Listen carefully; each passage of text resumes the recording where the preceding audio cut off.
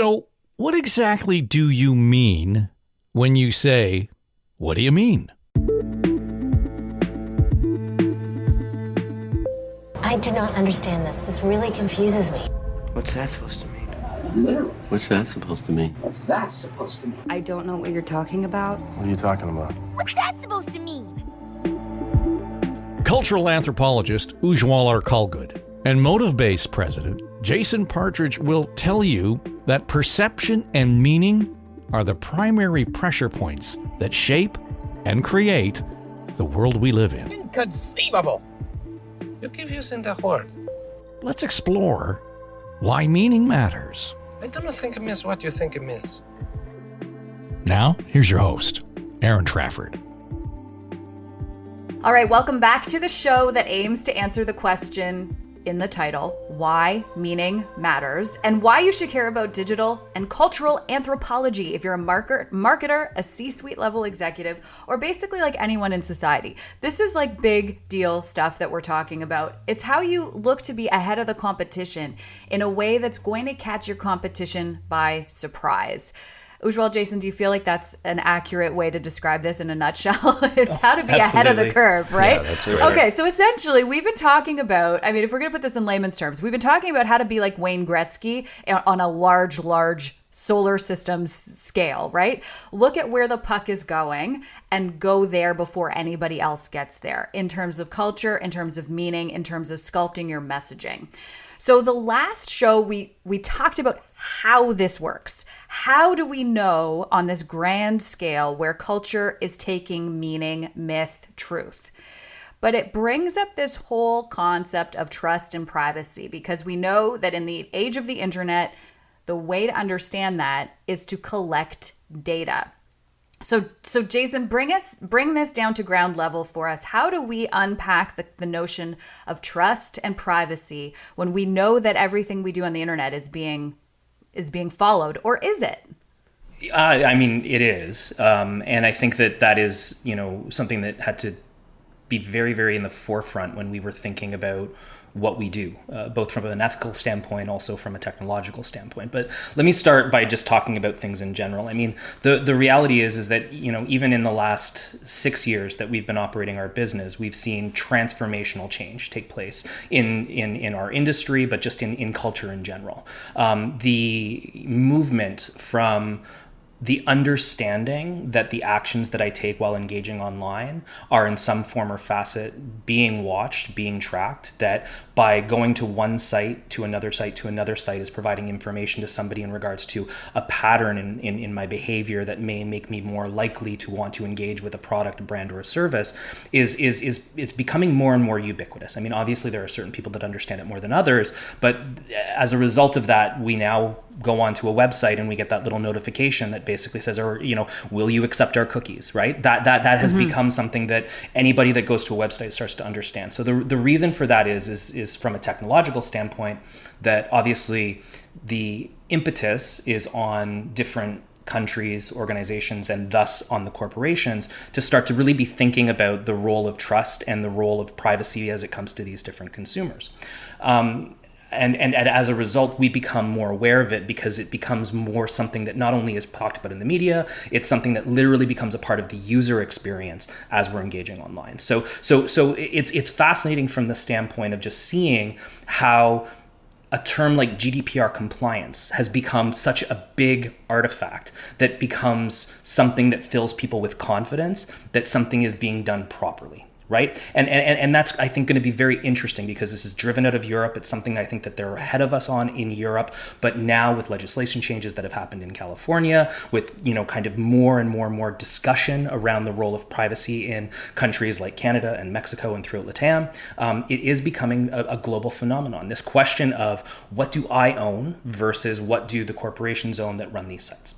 Now, what's interesting from the standpoint, and I'll let Ujwal talk a little bit about the methodology to this, is that we had to go through a ethical process when we launched our business. We had to basically say, what do we need to do what we need to do in order to basically kind of get an anthropological view of consumers, to understand the motivations that are shaping their kind of relationship with a brand, a product, or a service, and what do we need to do in order to track these changes in culture.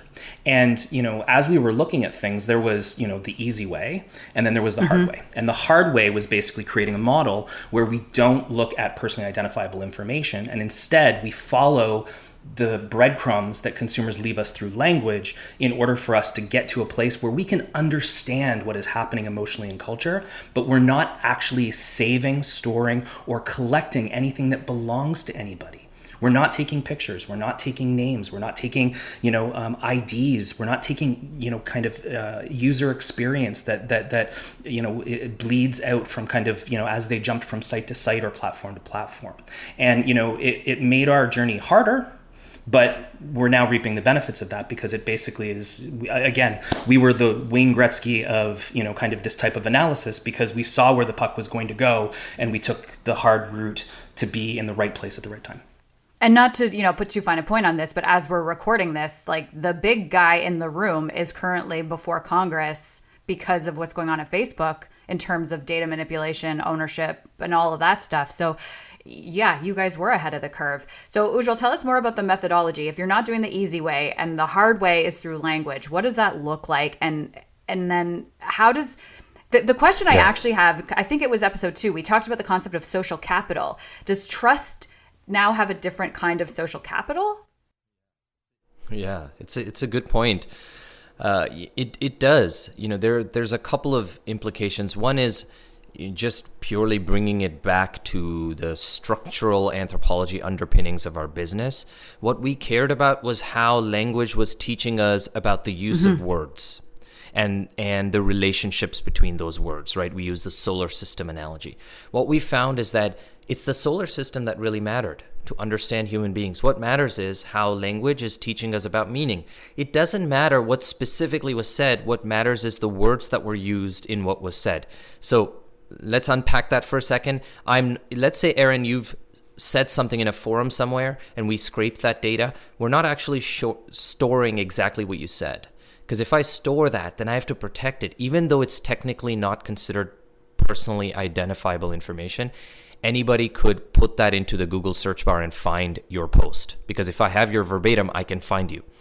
So we don't store that. Instead, what we do is we extract the topics that you mentioned in your conversation. So let's say it was a conversation about probiotics and you said something about cooking with fermented foods. We are extracting the topic cooking, we're extracting the topic fermented foods, and what we're storing actually is topics and the relationships between them, literally the distance in multidimensional space between them. Coming back to the solar system analogy, we're storing these topics, which are these planets, and the distance between this planet and the planets next to it, and the moons around it, and all of that other stuff. So fundamentally, that separates us from everybody else, because we don't need that information in order to do our jobs. In fact, neither do our clients. And that's one piece of it. The other piece of it that's really interesting is that now with a lot of these changes, a lot of the personalization algorithms that run online, right? So for example, let's say you go and buy something on any retailer's website and they use cookies, track you, they know what kinds of stuff you've bought, what you've looked at, and then they'll start to personalize ads to you on Facebook and Instagram and everything else. A lot of that, we're cracking down on a lot of that now. And so what's happening is the personalization industry is at a bit of a crossroads, because what they used to personalize with, they can no longer use within the next 24 months. Yeah. They won't be able to use any of that. So what's going to happen? We're excited about what's going to happen next, because guess what? We get to raise our hands and go, hey guys, we have a way to personalize content experiences, but we're going to do it through the lens of meaning. So let's give an example. If Aaron engages with products that have meaning, like organic, sustainable, better for you, then I can identify other meanings that Aaron will also engage with, i.e. maybe there's something about handmade, crafted, local, right? I can identify that by simply identifying how one set of meanings connects to another set. Suddenly, I'm still personalizing the message. I'm still getting Erin to do the things we want her to do in terms of buying more from us and what have you. But I don't need to collect and any PII. I don't need to snoop on her, so to speak, or simply put. So I think that's the exciting part for us about where this is headed and how we're positioned in order to shape this next phase. So what you're saying from a user standpoint, this is fascinating to me. So if I go online right now, I'll give you a perfect example. So I just went online and I bought myself some new baking equipment to make cakes and cookies and stuff for Christmas time. So in the old world, let's pretend we're 2 years in the future, I would then be inundated with more and more ads for more cookie sheets and cookie cutters and all the things I already bought. What you're telling me is if we actually look at the meaning, the next thing that I should be served are, here's a course on how to become a better baker, and here's an apron that you may not have, and here's the next thing that I'm going to attach meaning to. Right? Is that, I know that's really like a rudimentary example, but is that what we're talking about? No, it's not actually. No, you took our example one step further, which I'm sure Jason was itching to say as well, which is that not only does this solve the privacy problem, it actually makes personalization better. Because personalization isn't, hey, you bought diapers, so let me bombard you with ads about diapers. No, I already bought it. Personalization is to say, because you bought these diapers, here's other stuff that I think you're going to need. Here's a great book on child-led weaning or whatever else that is, right? I think that's the interesting part about this, that meaning allows us to personalize in ways that we didn't in the past because we were so logic-oriented that, you know, whatever quote-unquote snooping activity we did, we just used it to drive direct, obvious logic. We're reaching a precipice where the impact of how we are served suggestions is starting to feel like a stalker has been tracking our every move, and it's getting a little bit creepy. And again, I think that this is an important point because you asked about social capital, right? And again, I think that there's the functional aspect of when something logically makes sense and I'm getting convenience, it feels very, very good. But emotionally, when it feels like something is crossing the line, that is what brings a mainstream group of consumers together to say, whoa, what's going on here? So, you know, when my mom, who's 74 years old, is telling me that she's creeped out because the campsite that she went to last year is now sending her emails, that's somebody that is not tech savvy, but somebody that is starting to come to the foreground of understanding the impact of the choices that they're making when they're in an online environment. And I think that, you know, when you think about social capital, the people that are going to leverage this to basically force change and to suggest that we are more inherently open-minded to protecting people's privacy are going to get social capital. They are going to be, quote unquote, revolutionaries of the digital age. And that, I think, is where we're going to see some really interesting tension as commerce fights with culture. Sign me up. Where do I sign up? Sign me up. Brilliant. All right, I think that's it for this episode. Let's do another one, though, to cap off the season, because I still have more questions and I want to know where you think things are going to actually end up in the next couple of years. So I think that'll be a cool way to kind of put a bow on this season. All right, this is Why Meaning Matters. If you have comments, questions, anything really, you can drop us an email at hello@storystudionetwork.com. And please like and subscribe to the show and share it with your network. We'll see you next time. Thanks for listening to Why Meaning Matters with Ujwal Arkulgud, Jason Partridge, and your host, Aaron Trafford. Inconceivable! You keep using the word. I don't think it means what you think it means. Why Meaning Matters is produced for Motive Base and the Story Studio Network by Eye Contact Productions.